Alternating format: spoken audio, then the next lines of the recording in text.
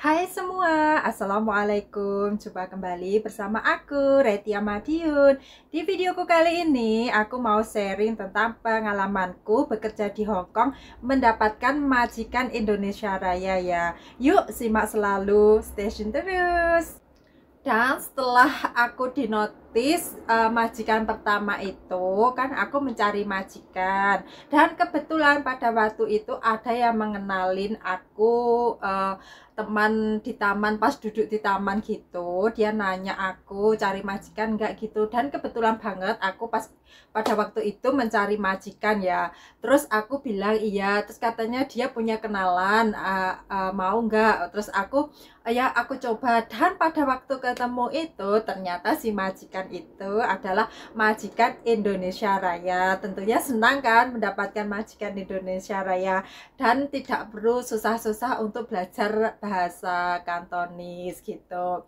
Dan setelah kita interview dengan si majikan tersebut, akhirnya kita cocok dan aku bekerja di situ ya. Terus gimana sih, enak enggak sih bekerja ikutan majikan Indonesia itu?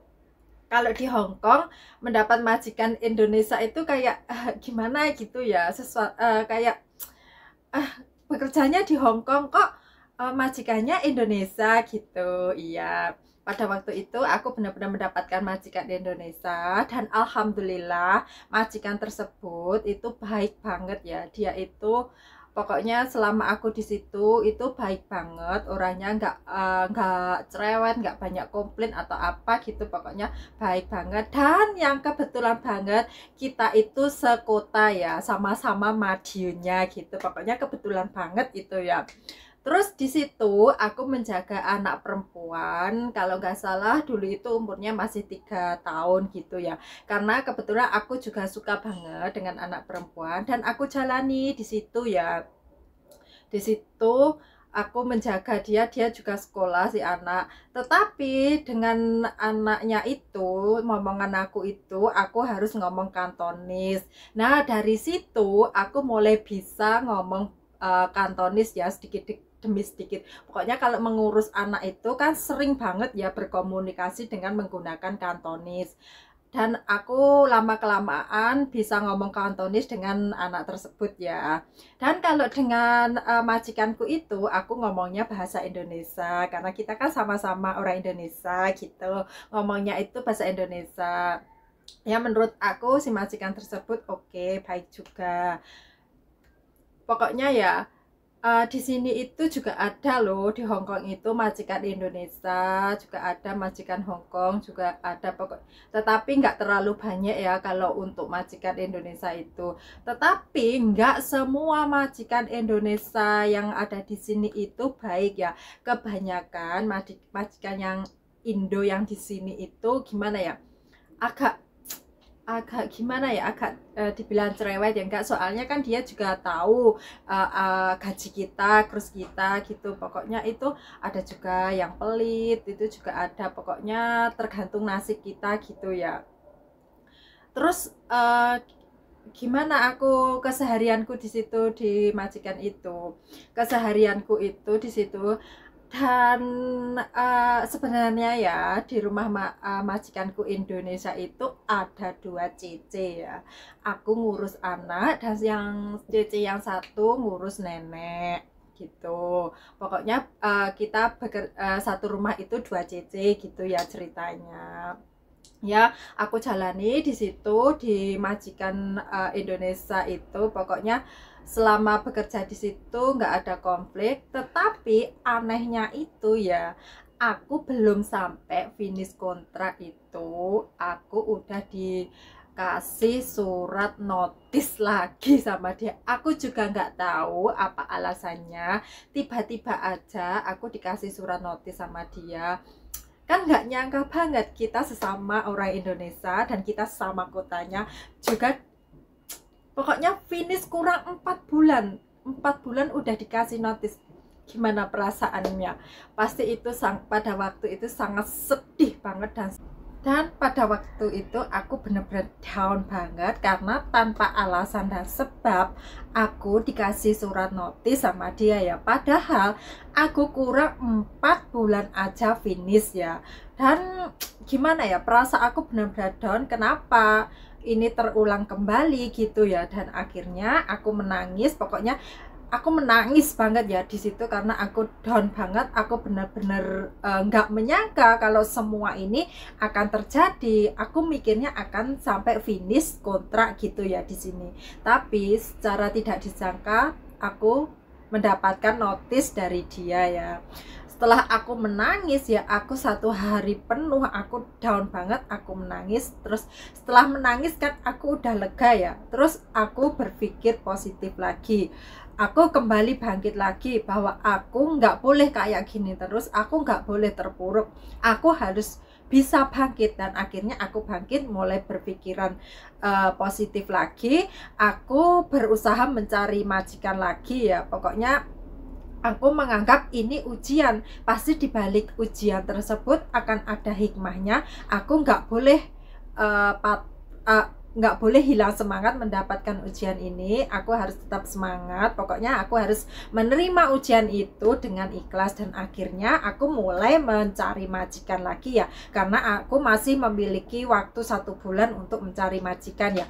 Dan aku mulai bangkit mencari majikan lewat internet, lewat agent. Terus aku ketemu sendiri dengan majikan. Aku juga pernah ketemu dengan majikan apa itu, majikan apa ya, aku lupa. Pokoknya majikan bule. Aduh, mau ngomong majikan bule aja susah ya, lupa.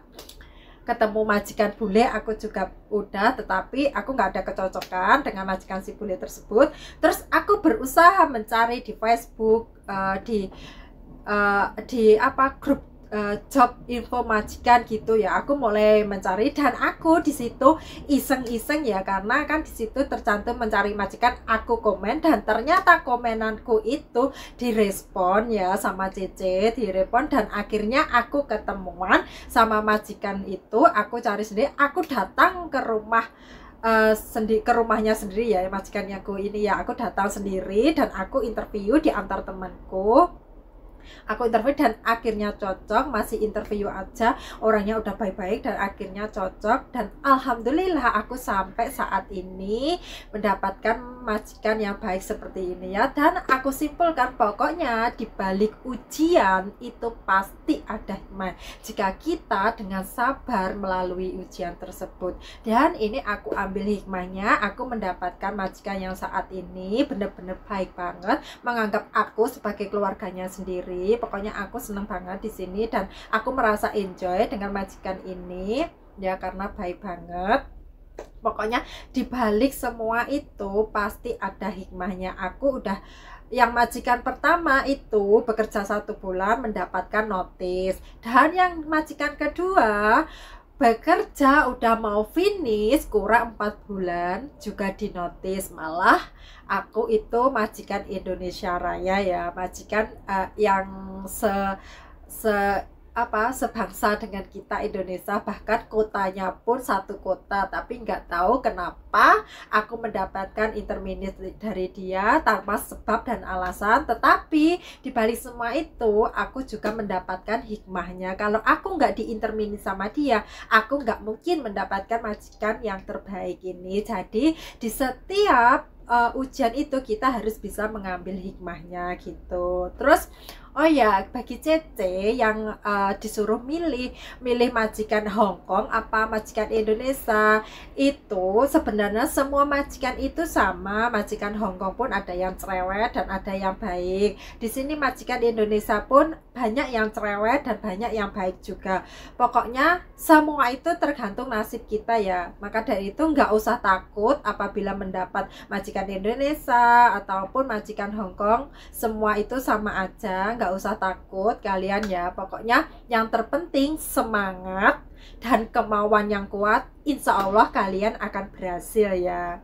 Ya udah, video aku sampai di sini ya. Ini semua pengalamanku ikut majikan Indonesia yang ada di Hong Kong ya. Semoga video aku bisa buat motivasi buat kalian yang mau bekerja ke luar negeri ya, khususnya mau bekerja di Hong Kong. Semoga kalian bisa mengambil sisi positifnya dan bisa membuang sisi negatifnya dari cerita-cerita aku, pengalaman aku, dari sharing pengalaman aku ya. Semoga pengalaman aku bisa motivasikan kalian untuk semangat bekerja ke luar negeri ya. Jika kalian menyukai video aku, kalian boleh bantu like, comment, and subscribe serta nyalakan tombol loncengnya supaya kalian tidak akan ketinggalan di videoku next, karena di videoku akan sharing tentang pengalamanku selama di Hong Kong ya. Oke, see you next video. Bye bye.